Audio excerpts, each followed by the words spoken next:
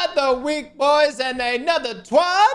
This week in Destiny, we're thinking about clans. Well, clans and fire teams. In other words, all the people that you join on your path to gear and glory. We've got a few related updates, so let's get into it. List of topics for this week include the Final Shape raid on June the 7th. Okay, so we're actually getting... Wait. Final Shape raid on June the 7th? Isn't the Final Shape coming out June the 2nd? Let me get my calendar. Let me look at my calendar. Oh my God. June the 4th is when the Final Shape comes out. 3 days later, Bungie wants us to take on potentially the hardest raid they have ever made. We're going to have to be raid ready. We're going to have to understand the new sandbox, damage testing. Bungie, why? Why? Do y'all, hold on. I know we're deviating completely from the TWAB right now, but come on, guys. Are y'all okay? Do y'all want that? Did degen hours inbound? I kind of liked having like a solid week and a couple of days to kind of gather myself and understand the sandbox before going into the raid. Man, you're going to have a lot of pissed off fire teams. Everybody's going to be cranky. I already know my fire team is going to be cranky. Everybody's going to be mad. No one is going to sleep that week. Everybody's going to be pissy with each other. Let's continue. The Final Shape clan updates. Fireteam Finder out of beta. Destiny 2 into the light content in year 10. Okay. Bungie bounty for good. Onslaught Legend Challenge winners. And Destiny 2 into the light launch day server fix. So save the date. The Final Shape raid. After the launch of the Final Shape on June the 4th, Guardians won't have to wait too long to tackle the raid. The new raid will launch on June the 7th at 10 a.m. Pacific. So gather your fire team, gear up, and get ready. You know it's going to be crazy. You know the servers are going to be terrible day one of Final Shape, right? There are going to be some people that won't even get into the game until Wednesday or potentially late in the day on Tuesday. Some people you're going to have like maybe 2 days of preparation to do this thing. Oh my God, dude. I'm not going to sleep. I am not going to sleep. I think I may die that week. I think we may die, guys. All right. The Final Shape clan updates. We're also delivering some new content and quality of life improvements to clans that we will hope will breathe some life into the system and encourage players to play with their clanmates. First up, Hawthorne will be receiving a vendor reputation trap. Guardians can earn clan reputation by completing activities with higher difficulty activities, giving more progress and playing with clanmates, giving a larger bonus to progression. Clan bounties are also getting some love, with the Nightfall bounty no longer requiring clan level 6 to claim. There will also be 2 new bounty types, one for seasonal content and one for dungeons. All clan bounties will also grant some clan reputation. The clan perks of yore have gone a little stale, so they're getting a full refresh. Check out the new perks below. Now, up here, guys, you see the reward track. You got your Ascendant Shard, Alloy, some rally flags. Okay, all right. Now let's look at the benefits here. Clan level 2, live fire cell. Raid banners sold from Hawthorne cost less. This is really going to be good considering we're not going to have legendary shards. Clan level 3, bountiful bounties. The first clan bounty completed each week grants an exotic Ingram. Clan level 4 of Hawks and Pigeons. Raid rotator challenges grant spoils of conquest. The trials wins grant additional trials reputation. Hot damn. Clan level 5, weapon ritualists. Earn bonus crafted weapon XP from completing ritual playlist activities. Okay. And then clan level 6, alloy completionist. Completing all clan challenges each week grants an ascended alloy. Well, there you go. Lastly, clan XP is getting a rework on the back end to be more consistent, along with some XP source tuning. So players should have an easier time consistently earning XP for the clans. If you've never been in a clan, now's a great time to hop in and meet some new friends. These are good things. Let me just say though, Bungie, update the tribute hall. Update the tribute hall. Make it a clan hall. Give it back to us and allow clan mates to socially meet in this area and customize the area and essentially, adorn the walls with the spoils of conquering places inside of Destiny.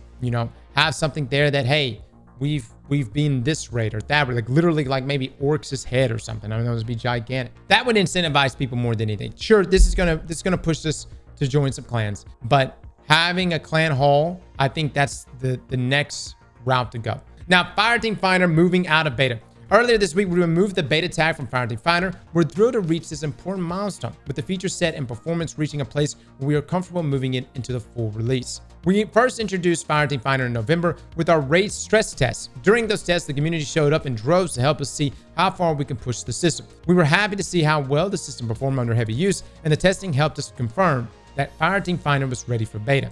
When we released the beta in December, we were pleased to see players immediately connect, forming fire teams and tackling all types of content together. We continue to work hard and make improvements and iterate based on your feedback, including Destiny Companion app and Bungie.net integration, updated roster tabs to display 12 players on each page, improved screen-to-screen flow, improved feedback when submitting applications, legibility improvements on listing information, clear indication of new pending applications for leaders, added emoji to listing titles, on-sign and 0-hour options, and over 60 additional bug fixes and other improvements. But we aren't done yet. We're going to continue to develop and improve Fireteam Finder just as we have these past few months. In the near term, we have new features like voice chat and lobby invites that you can look forward to. We wanted to give a big thank you to the community. We couldn't have done it without you. From your participation during our testing phase to your feedback these past few months, your passion for helping us make this a great experience has been instrumental in getting us to this point. Please keep sharing your feedback. Let me just say, guys, Fireteam Finder has literally been the best thing. I would even argue for me better than loadouts. And I love the in-game loadout system, but we use Fireteam Finder. We use it all the time, dude. It has been such a good resource to just give me a fire team to join up and jump into an activity that wouldn't have matchmaking. One thing I would suggest about Fireteam Finder, sometimes I like to inspect the Guardians before inviting them when going through the application process. And the thing that's aggravating for me is I'll click a Guardian's name and then I'll go to inspect it. And when I click out of it, because I guess there's like so many applications at some points, that Guardian's name just completely disappears. Like I have to go like search for it. It's on a completely different page. I wish you can expect a Guardian and immediately invite them from right then and there and not lose them on that track. Destiny 2 Into the Light Year 10. With Destiny 2 Into the Light, we've introduced a variety of activities and rewards to celebrate the lead up to the final shape. This includes a blend of limited time content with activities and rewards that will continue to be available to players after the event ends. We'd like to give you a full breakdown of the content plan leading up to the final shape. So limited time activities and rewards. To start, we want to highlight the content that will only be available during Destiny 2 Into the Light. Pantheon, activity, and emblems. So again, confirming what we went over the other day. Pantheon is our raid boss gauntlet that will be available from April the 30th to June the 3rd. With Pantheon, we wanted to create a unique and challenging event that players could test their mettle against prior to our big battle in the final shape. Pantheon will offer a chance to earn a variety of emblems, and similar to the limited time emblems we've made available in past contest raids, we expect the exclusivity of these emblems will make them highly sought after. We've been thrilled to see the response to a reveal of Pantheon and know players are eager to jump in and play. While our initial stab at a boss gauntlet was always intended to be a time-limited event, we are eager to see player feedback about the mode to inform future plans. Well, there you go, guys. Pantheon, a select amount of time, which means those emblems, they're going to be rare. Oh, this is FOMO. But you know what's so crazy? It's like Bungie's going to give us Pantheon. We're going to be hitting this boss gauntlet back to back. And then literally the week of final shape, we're going to go straight. I mean, think about it. Everybody's going to be like dialed in. They're going to be doing all these raid bosses back to back. I mean, we're going to potentially become the best raiders ever from this Pantheon activity. And then Bungie is going to give us final shape. And a mere 3 days later, they're going to slap us into the raid there with the witness. Guys, I'm going to say it right now. The final shape raid, it's about to be as hard as the last wish was. Now, Destiny 2 Into the Light, Pantheon, Seal, and title. The Godslayer title earned through the Pantheon event and the Brave title earned through Destiny 2 Into the Light triumphs will also be limited time rewards, as is the case with Moments of Triumph. These titles are meant to commemorate a unique moment of time and show other players your accomplishments during Destiny 2 Into the Light. When you see these in the future, you'll know these are the Guardians that stood tall as we prepare to battle the Witness. I like it. I like it. We're going to get that Godslayer title just to get immediately humbled 3 days after the final shape launches. Let's do it. Now, Brave Arsenal limited edition variants. As we previously mentioned, the limited edition variants of the Brave Arsenal weapons will only be available until June the 3rd. Those are your shinies, guys. And listen, if you don't get a shiny, it's not the end of the world, okay? The reality is there's tons of random roll versions of these weapons you can get even post June the 3rd that are still going to be very, very good. And then you have the curated roll. The curated roll is still a 70 to 80% of a god roll, and they're still really, really good. So don't feel bad. Don't feel bad if you don't have that god roll midnight coup with that 7 out of 7 god roll. Don't feel bad. Don't feel bad. Are there going to be people like me that are going to constantly flex this? Yes. But does this really mean that this particular midnight coup is better than your midnight coup? No, not necessarily. Right? It's all in the eyes of the beholder, right? So I wouldn't look at it this way. Now, objectively, this is substantially better than any random roll midnight coup you may come across. I mean, way better from an objective standpoint. But subjectively, no, absolutely not. Your roll is still a great roll. All right, Hall of Champions and associated quests. The Hall of Champions and associated content, such as the R-Site 9940 quest, armor chest, and weapon attunement, will no longer be available after June the 3rd. While the Hall of Champions will have served its purpose as a base of operation as we defend against the Witness's forces before the final shape, some of the content associated with the Hall of Champions, like the parade armor sets, will still be available in the future. Based on the reaction to Destiny 2 Into the Light, we've decided that the Super Black Shader will return later on as well. Wow, Bungie actually buckled on this one. But the best time to grab these rewards is before the final shape, while they have a deterministic path. We really like the attunement experience so far, and while it won't be available right at the launch of the final shape, we're already working on bringing back a new attunement experience for brave weapons sometimes during Echoes. So again, attunement will not be present because that entire area won't be present in the final shape. And I guess this makes sense, I guess from a lore perspective, because we're not defending Last City anymore. The game mode itself will be available. The other side of things is Shaxx, I hope, is going to play a pivotal role in the story of the final shape. So if he was just sitting there chilling out in the Hall of Champions, that'd be a little confusing, right? But Super Black will make a return, but they did state there's not a it currently has a deterministic path. So I'm assuming maybe it's going to be some sort of drop, maybe, I don't know. Now, content continuing after June the 3rd. There are new features and rewards of Destiny 2 Into the Light that we plan keeping around after the event ends. Okay? Now, Onslaught activity and Brave Arsenal weapons. The Onslaught activity and its Brave Arsenal weapons rewards will move to Vanguard Ops as a dedicated playlist when the final shape releases. We are planning for weapon attunement to return in a new form sometime during Echoes. Now, PvP maps. All 3 of the new PvP maps arriving on May the 7th will be sticking around after Destiny 2 Into the Light concludes. Here we go. The Whisper and 0 Hour exotic missions and rewards. These reprised exotic missions will continue to be available and move to the Legends tab after June the 3rd. The exotic weapons and catalyst rewards from these missions will also still be available to earn from Eris Morn and Ada 1. Now, the parade armor and shaders.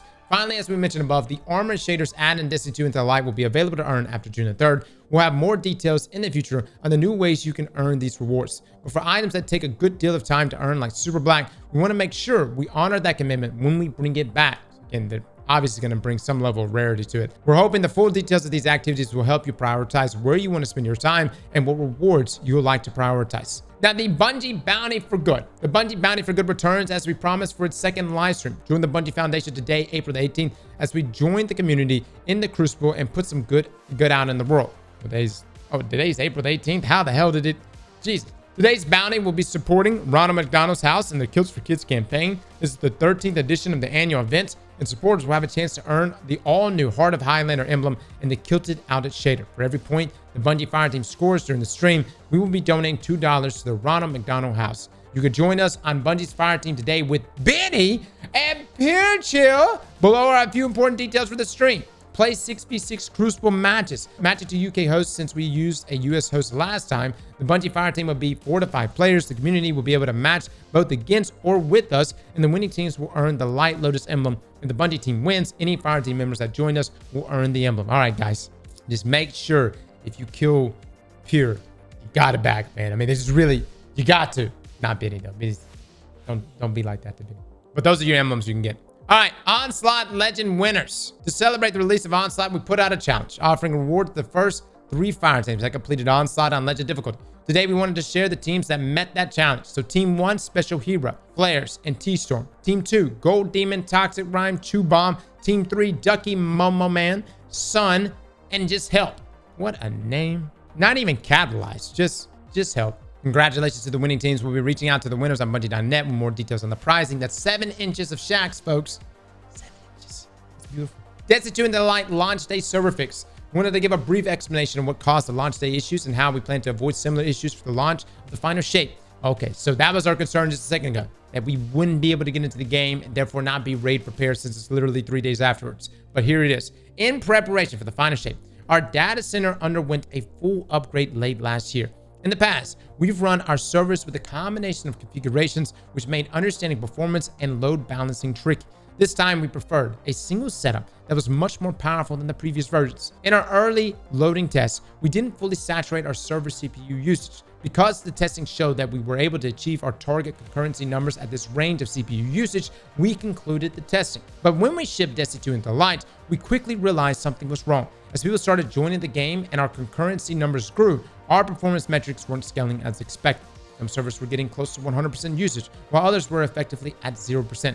Correspondingly, some users were having a normal experience and some were having consistent problems. Rewards showing up late, getting kicked from the game, and so on. We realized that the servers were not fully utilizing the available hardware resources. Additionally, an operating system misconfiguration and reporting problem was causing our loading balancer to stress the servers even further. Once we understood the root cause, we mitigated the immediate problem on launch date by adding additional servers. This gave us enough breathing room to prepare for the real fix. The next morning, we deployed the fix that allowed the servers to be able to use all the machine resources. In preparation for the final shape, we are validating the settings for every service that could have this kind of problem, improving reporting so that we can monitor the behavior of load balancing, running additional stress scenarios and adding more test coverage for our servers, running performance comparisons for servers running under different configurations, and reevaluating our capacity estimates to ensure we have the right hardware in place for launch. There it is, guys. We're not going to have any server issues for launch of the final shape.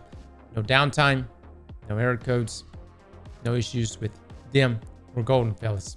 We'll be just fine. The final shape pre-order items. Players looking to claim the reward items for pre-ordering the final shape needs to visit the special deliveries kiosk in the town to receive anything that has not yet been claimed. Anyone unable to claim items that they are expecting should double check the status of the pre-orders with the platform that their pre-order was purchased on. Now, some known issues: claiming a new line kit can override existing loadouts on select subclasses. Be very careful, guys.